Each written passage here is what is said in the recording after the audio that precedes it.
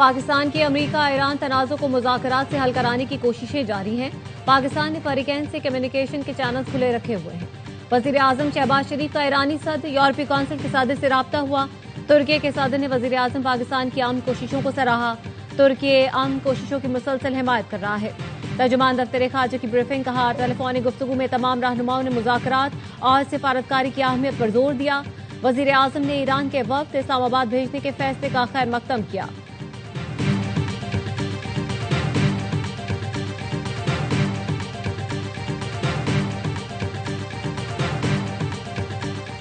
नायब वज़ीर आज़म इसहाक डार और यूरोपीय यूनियन के नायब सदर काया कलास का राबता। खित्ते की बदलती सूरत हाल पर तबादला ख्याल। इसहाक डार का कहना था, पाकिस्तान खित्ते में अमन के फरोग के लिए राबते जारी रखने के लिए पुराज़िम है। यूरोपीय यूनियन के नायब सदर ने इलाकाई अमन के लिए पाकिस्तान के किरदार को सराहा। दोनों रहनुमाओं का बाहमी शराकत दारी को मजीद मजबूत बनाने और राबते जारी रखने पर इत्तेफाक।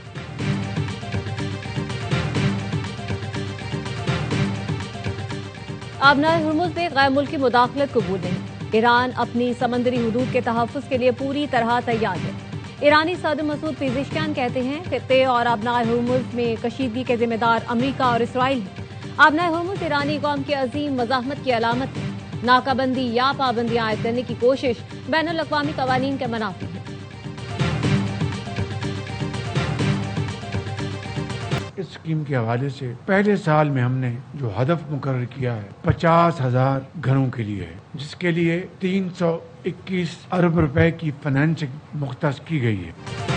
वज़ीर आज़म शहबाज शरीफ ने अपना घर स्कीम का इफ्तिताह कर दिया। तकरीब से खिताब में कहा, पाकिस्तान में बड़ी तादाद में लोग अपनी छत से महरूम हैं।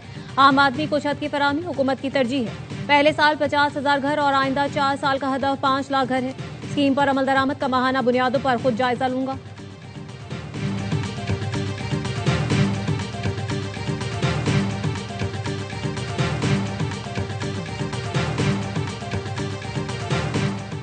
वज़ीर आला सिंध ने कराची डाउन सिंड्रोम प्रोग्राम के हैदराबाद चैप्टर का इफ्तिताह कर दिया। कहा, सिंध में डाउन सिंड्रोम से मुतासरा बच्चों की तादाद 80,000 से 1 लाख के दरमियान है। खुसूसी मराकज़ बरवक्त तशख़ीस, बहाली और समाजी शमूलियत में मौसर किरदार अदा करेंगे। जिस बच्चे को एनवायरनमेंट मिल जाए उसकी जिंदगी बन जाती है। ऐसे बच्चों को माहौल फराहम करना हुकूमत का फर्ज है।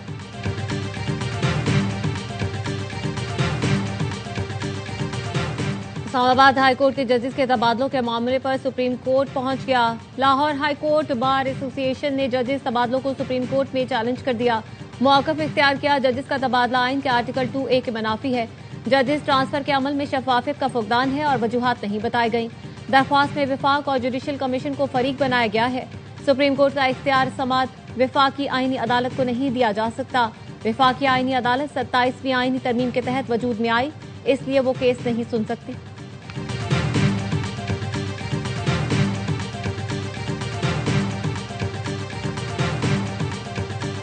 That's all they have to do, just say, we give up, that their economy is really in trouble. The blockade is genius, okay? The blockade has been 100% foolproof.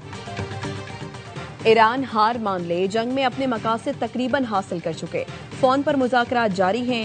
अमरीकी सदर ट्रंप कहते हैं, हम दोबारा बिला मकसद 18 घंटे का सफर नहीं करेंगे। ईरान के पास जौहरी हथियार नहीं होने चाहिए। ईरान को कहना होगा वो हार गए हैं। सदर ट्रंप ने मुज़ाकरात से मुतालिक ईरान की तजावीज़ मुस्तरद कर दी। एक्सियोस को इंटरव्यू में एटमी प्रोग्राम खत्म करने तक ईरान की नाकाबंदी जारी रखने का ऐलान किया। कहा, अमरीकी नाकाबंदी से ईरान का दम घुट रहा है। ये नाकाबंदी ईरान पर बमबारी से ज्यादा मौसर है। मुआहदे पर राजी होने तक ईरान की नाकाबंदी जारी रहेगी। ईरान से ऐसा मुआहदा चाहते हैं जिसमें एटमी प्रोग्राम पर अमरीकी खदशात दूर हों। डोनाल्ड ट्रंप ने रूसी सदर से 1.5 घंटे फोन पर बात की। कहा, प्यूटन नहीं चाहते ईरान जौहरी हथियार हासिल करे। प्यूटन ईरान की यूरेनियम आफजूदगी के मामले पर फिक्रमंद हैं। रूसी सदर ईरान की मदद करना चाहते हैं। अमरीकी सदर ने आपने हुर्मुज़ का नाम तब्दील करके आपने ट्रंप कर दिया। ट्रुथ सोशल पर तस्वीर भी शेयर कर दी।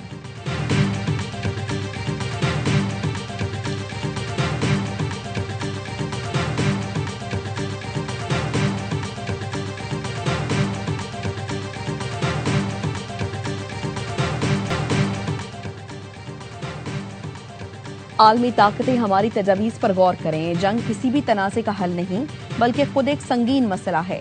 ईरानी नायब वज़ीर ख़ारिजा सईद खतीबज़ादा का कहना है, ईरान कई हफ्तों से बराबरी की सतह पर मुज़ाकरात की तजावीज़ पेश कर रहा है। सिफारतकारी के अलावा कोई भी दूसरा रास्ता फायदेमंद साबित नहीं होगा। डेडलॉक खत्म करने के लिए जरूरी है आलमी ताकतें ईरान की पेश करदा शराइत पर गौर करें ताकि खित्ते में जारी कशीदगी का खात्मा मुमकिन हो सके।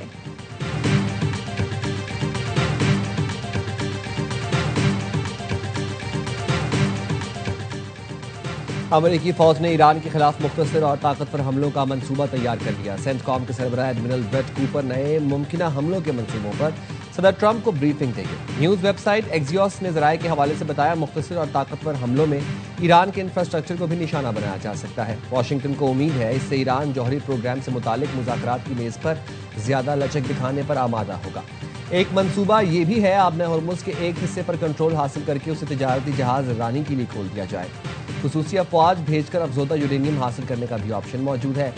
अमेरिकी मीडिया के मुताबिक सेंटकॉम ने पहली बार हाइपरसोनिक डार्क ईगल मिसाइल मशरिक़ वुस्ता भेजने की दरख्वास्त की है। ये मिसाइल आवाज़ की रफ्तार से 5 गुना ज्यादा रफ्तार से हदफ की जानिब बढ़ता है। रास्ता बदलकर दिफाई निज़ामों से बचने की सलाहियत भी रखता है।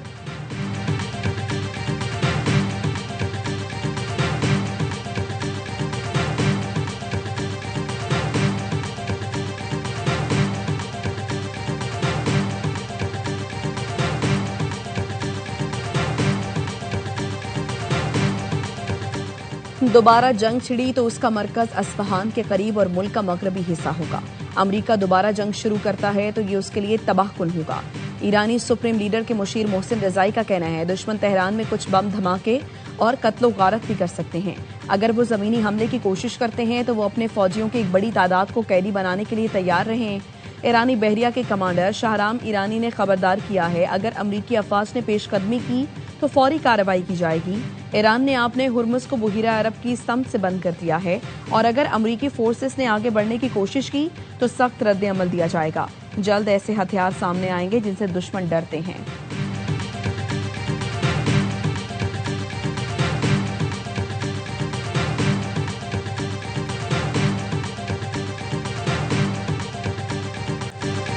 बैनुल-अक़वामी मंडियों में खाम तेल की कीमतों में मुसलसल इजाफा। ब्रेंट खाम तेल 3.11% इजाफे के साथ $113.85 फी बैरल का हो गया। अमरीकी वेस्ट टेक्सास की कीमत 3.12% इजाफे के बाद $110.17 फी बैरल हो गई। गैर मुल्की मीडिया के मुताबिक ब्रेंट खाम तेल के जून के सौदे $125 फी बैरल से ऊपर ट्रेड हो रहे हैं। यूरोप में तवानाई बहरान। इंटरनेशनल एनर्जी एजेंसी के मुताबिक यूरोपीय एयरलाइंस को जेट फ्यूल की शदीद कमी का सामना है। जेट फ्यूल की कीमतें भी पहले की निस्बत ज्यादा बढ़ गईं। वज़ीर-ए-आज़म शहबाज शरीफ का कहना है, ईरान अमेरिका जंग के बायस खाम तेल की कीमतें बढ़ गई हैं। कल तेल की नई कीमतों का तायुन किया जाएगा।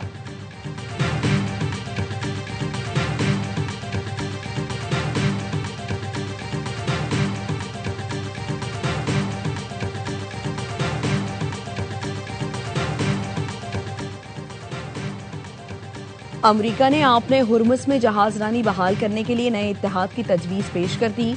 वॉल स्ट्रीट जर्नल के रिपोर्ट में कहा गया है, ट्रंप इंतजामिया दीगर ममालिक को इत्तेहाद में शामिल होने की दावत देगी।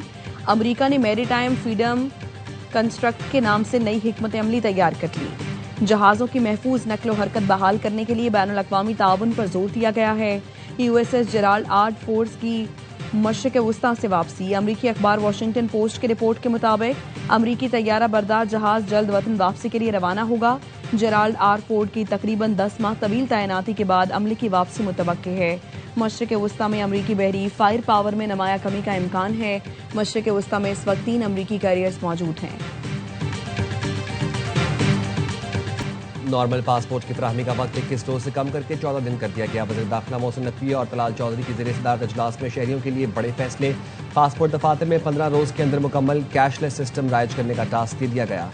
वज़ीर दाखिला ने बिजनेस पासपोर्ट के इजरा के निज़ाम को जल्द हतमी शक्ल देने की हिदायत की। पासपोर्ट की घरों की दहलीज तक डिलीवरी के निज़ाम को मजीद मौसर बनाने का फैसला भी किया गया। 5 बजे एक गोला अंगोराडे इलाके में एक घर पर जा गिरी थी, जिसमें 5 अफराद जख्मी हो गए थे। उनमें से 2 कम बच्चियां हैं और एक छोटा बच्चा और साथ में 2 खवातीन शामिल। अफगान तालिबान रजीम का फिर जनूबी वज़ीरिस्तान के इलाके अंगूर अड्डा में बुज़दिलाना हमला। शहरी आबादी पर बिला इश्तियाल गोलाबारी से 3 बच्चों समेत 5 अफराद जख्मी। अफगानिस्तान से फायर मार्टर गोला अंगूर अड्डा के मकामी शहरियों करीम खान रहमतुल्लाह के घर पर लगा। सिक्योरिटी जराये का कहना है अफगान तालिबान और खारिज दहशतगर्द मज़मूम आज़ाइम के लिए मुसलसल आम शहरियों को निशाना बना रहे हैं। पाक फौज का मुंह तोड़ जवाब, मौसर जवाबी कार्रवाई से बुज़दिल अफगान तालिबान एहलकार मुतादिद पोस्टें छोड़कर भाग निकले। ऑपरेशन गज़ब लिल हक तमाम मुकर्ररा अहदाफ के हुसूल तक जारी रहेगा।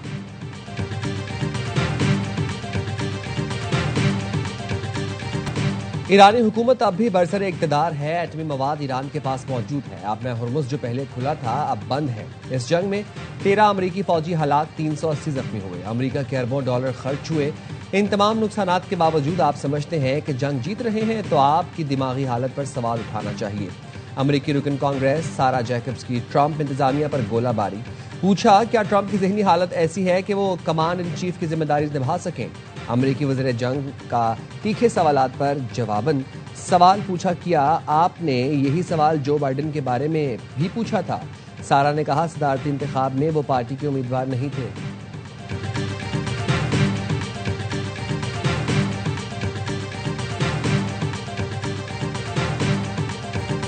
गजा की जानिब जाने वाले इमदादी जहाज ग्लोबल स्मूथ फ्लोटेला को इसराइली फौजी कश्तियों ने रोक दिया। अरब मीडिया के मुताबिक जहाज को इसराइली स्पीड बोट्स ने घेर लिया। हथियारों और लेजर्स के साथ शुरका को घुटने टेकने का हुक्म दिया गया। इसराइली रेडियो के मुताबिक जहाज के मवासलाती निजाम में खलल, इमरजेंसी सिग्नल जारी। दूर समंदर में ही इमदादी जहाजों पर कंट्रोल की कार्रवाई जारी।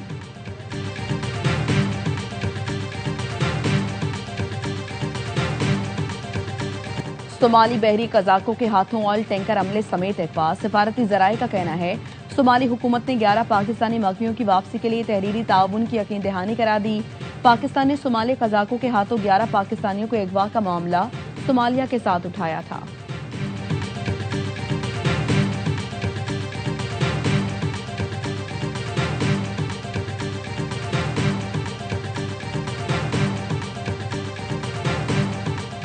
दुबई पुलिस की बड़ी कार्रवाई, आलमी फ्रॉड नेटवर्क बेनकाब। ऑपरेशन में 276 मुलजिमान गिरफ्तार। दुबई पुलिस के मुताबिक गिरफ्तार मुलजिमान फ्रॉड, सरमायाकारी और क्रिप्टो करेंसी धोखाधड़ी में मुलव्वस थे। बेशतर मुलजिमान का ताल्लुक जुनूब मशरकी एशिया से है।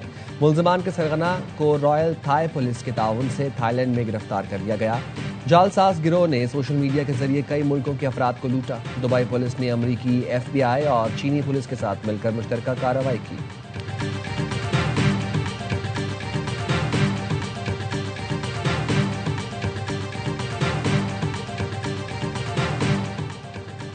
पाकिस्तान में WHO प्री क्वालिफाइड लैब फाल हो चुकी है। लैब के कयाम से पाकिस्तानी अद्वियात के एक्सपोर्ट को फरोग मिलेगा। पाकिस्तान हेल्थ केयर के एतबार से बहुत आगे चला गया। आज पाकिस्तान अपनी तैयार करदा दवाइयां 51 मुल्कों में एक्सपोर्ट करता है। वफाकी वज़ीर सेहत मुस्तफ़ा कमाल कहते हैं हम अगले 6 से 8 माह में WHO के लेवल 3 पर चले जाएंगे। लेवल 3 का सर्टिफिकेट होने के बाद दुनिया के 150 मुल्कों में दवाएं एक्सपोर्ट करेंगे। कराची में ए लेवल का पर्चा लीक होने का इंकशाफ। रियाजी का पर्चा इम्तिहान से एक रात पहले ही लीक हो गया। रेडिट ऐप पर ए लेवल फर्स्ट ईयर का पर्चा फरोख्त किया गया। कैम्ब्रिज इंतजामिया का कहना है पेपर लीक होने की रिपोर्ट की मुकम्मल और जामे तहकीकात कर रहे हैं। इम्तिहान जून में मुकम्मल होने के बाद या इसी दौरान मराकज़ को मजीद मालूमात देंगे।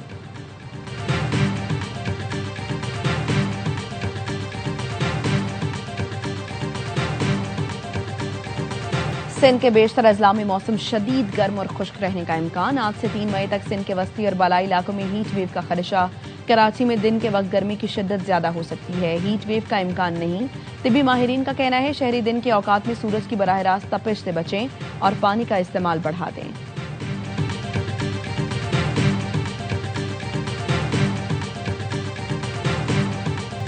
हैदराबाद ने मुल्तान को HPL PSL 11 से नॉकआउट कर दिया। किंग्समैन ने पहले एलिमिनेटर में सुल्तान को 8 विकेट से आउट क्लास कर दिया। कज़ाफ़ी स्टेडियम में 160 रन का हदफ हंसते खेलते 16वें ओवर में पार लगा दिया। माज सदाकत 64 रन बनाकर नाकाबिले शिकस्त, मैच के हीरो करार।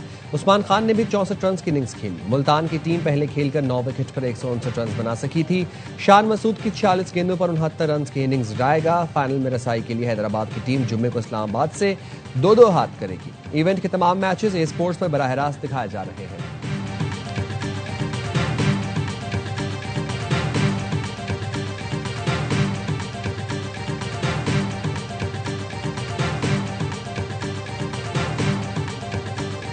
स्पेशली 4 मैच हारने के बाद जी। बहुत ब्रिलियंट परफॉर्मेंस है। ऐसा लग रहा था आज मुल्तान सुल्तान का मैच पेशावर ज़ल्मी से हो रहा है। इस तरह की परफॉर्मेंस थे ही नहीं वहाँ। बॉलिंग में भी, बैटिंग में भी और बैटिंग में भी। देखिए बड़ी परफॉर्मेंस, एक जीत उनको मिली है, उसके बाद उन्होंने पीछे मुड़ के नहीं देखा। शुरू के 4 मैच हारने के बावजूद हैदराबाद ने शानदार परफॉर्मेंस दी। ऐसा लग रहा था हैदराबाद का मुकाबला मुल्तान सुल्तान से नहीं पेशावर ज़ल्मी से हो रहा है। साबिक स्टार क्रिकेटर का हर लम्हा पुरजोश में तज्जिया। बासित अली कहते हैं बैटिंग हो या बॉलिंग, हैदराबाद ने वाकई कमाल करके दिखाया। रिजवान ने कहा हैदराबाद जीत की मुस्तहिक नहीं, आज अपनी जबरदस्त परफॉर्मेंस से जवाब दे दिया।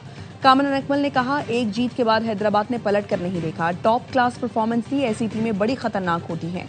अदाकार असद सिद्दीकी बने मेहमान, सामना किया मासूमाना सवालात का, खेला दिलचस्प खेल।